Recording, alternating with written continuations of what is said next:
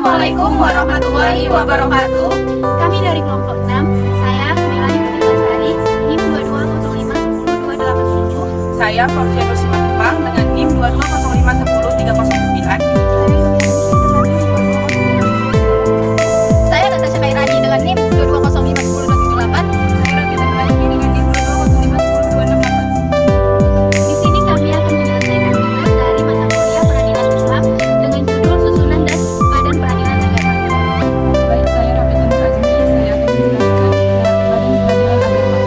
Yang pertama itu ada ketua. Ketua bertanggung jawab sepenuhnya terhadap jaminan tugas Komisi Pengadilan Agama Unhad, baik ke dalam maupun keluar, memberikan pembinaan, pengawasan, dan pemikiran terhadap pelaksanaan tugas Pengadilan Agama Pengadilan Agama Unhad, mengevaluasi laporan mengenai penanganan perkara yang dilakukan hakim dan panitia pengganti, selanjutnya mengirimkan laporan dan hasil evaluasi secara periodik kepada Pengadilan Tinggi Agama dan Mahkamah Agung, meneruskan semua perma dan surat-surat dari Mahkamah Agung atau Pengadilan Tinggi Agama yang berkaitan dengan perkara kepada para hakim, panitera, wakil panitera, panitera muda, panitera pengganti, dan jurusita. Melaksanakan pengawasan terhadap tingkah laku hakim dan pejabat kepanitraan di dalam dan di luar dinas. Saya Natasha Mairani akan melanjutkan. Yang kedua itu ada wakil ketua. Wakil ketua memiliki tugas melaksanakan tugas ketua apabila ketua berhalangan dan melaksanakan tugas yang diselenggarakan oleh ketua kepadanya. Bersama ketua memimpin dan bertanggung jawab atas terselenggaranya tugas-tugas pengadilan agama Unhad secara baik dan lancar. Yang ketiga, hakim. Hakim memiliki tugas menetapkan pada sidang, memeriksa dan mengadili berkas perkara yang diberikan padanya, dan musyawarah hakim wajib menandatangani putusan yang sudah diucapkan dalam persidangan, bertanggung jawab atas perbuatan dan kebenaran berita acara persidangan, dan menandatangani sebelum sidang berikutnya.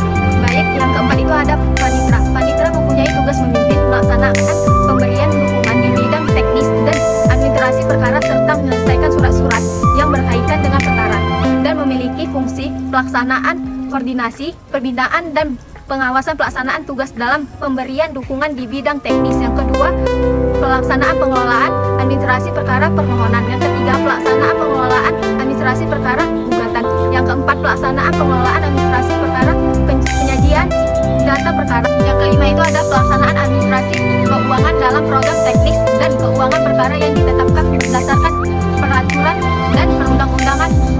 Yang keenam, pembinaan teknis kepaniteraan dan kejurusitaan dan pelaksanaan fungsi yang lainnya diberikan oleh Ketua Pengadilan Agama kelas 2 atau Peraturan Mahkamah Agung nomor 7 tahun 2015 pasal 119. Saya Melani Putri Lestari. Di sini saya akan menjelaskan tentang panitera muda pemohon.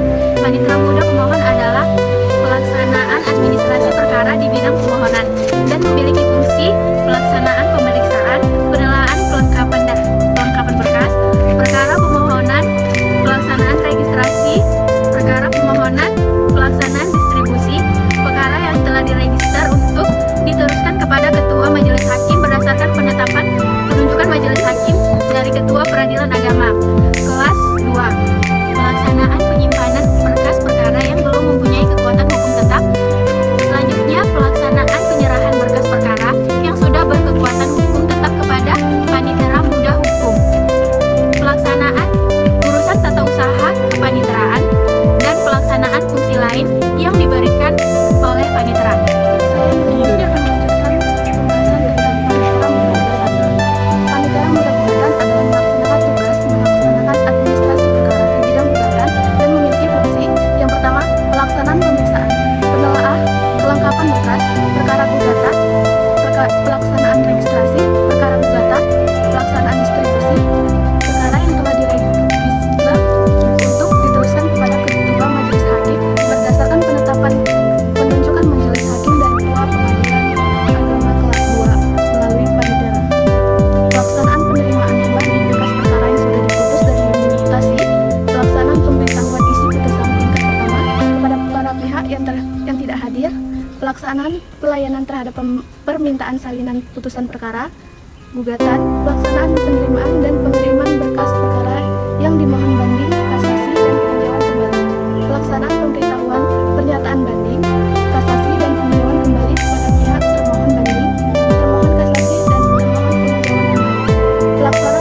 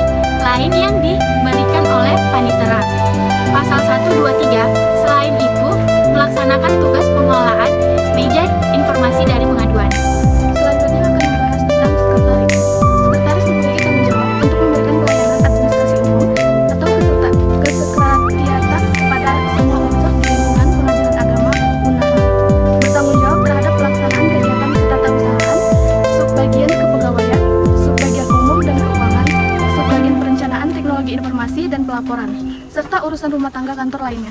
Bertanggung jawab terhadap ketertiban kantor, kedisiplinan pegawai, mengadakan rapat berkala dengan pejabat struktural maupun dengan semua pegawai, serta urusan rumah tangga kantor lainnya. Bertanggung jawab terhadap ketertiban kantor, kedisiplinan pegawai, mengadakan rapat berkala dengan pejabat struktural maupun dengan semua pegawai yang menjadi bawahannya. Apa itu pengurusan surat penyusunan arsip dan pembinaan administrasi kepegawaian, umum dan keuangan, serta perencanaan TI dan pelaporan di Pengadilan Agama Unahan. Baik, selanjutnya akan dilanjutkan oleh saya, Fauziah Nurusina Jepang. Saya akan melanjutkan tentang subbagian kepegawaian. Organisasi dan tata letak memiliki tugas untuk melaksanakan sebagian tugas dalam mengelola dan membina administrasi kepegawaian di Pengadilan Agama Unahan. Perumusan kebijakan fasilitas kepegawaian berdasarkan peraturan perundang-undangan yang berlaku. Selanjutnya, subbagian umum dan keuangan memiliki tugas untuk melaksanakan bagian tugas di bidang usaha tata usaha dan kearsipan dan perumusan kebijakan fasilitas, pelaksanaan pengelolaan keuangan dan aset inventaris barang milik negara. Selain itu, mempunyai tugas dalam mengelola pelaksanaan dan pelaporan keuangan Pengadilan Agama Keunahan serta perumusan kebijakan fasilitas pelaksanaan pengelolaan berdasarkan peraturan perundang-undangan yang berlaku. Baik, selanjutnya adalah subbagian perencanaan teknologi informasi dan pelaporan memiliki tugas melaksanakan penyiapan bahan pelaksanaan perencanaan, program dan anggaran, pengelolaan teknologi, informasi dan statistik, serta pelaksanaan pemantauan, evaluasi dan dokumentasi serta pelaporan atau Peraturan Mahkamah Agung Nomor 7 Tahun 2015 Pasal 324 sampai dengan Pasal 326. Selanjutnya, panitia pengganti mempunyai tugas membuat penetapan sita jaminan, membuat berita acara persidangan yang harus selesai sebelum sidang berikutnya, membuat penetapan-penetapan lainnya, menghenti putusan atau penetapan sidang.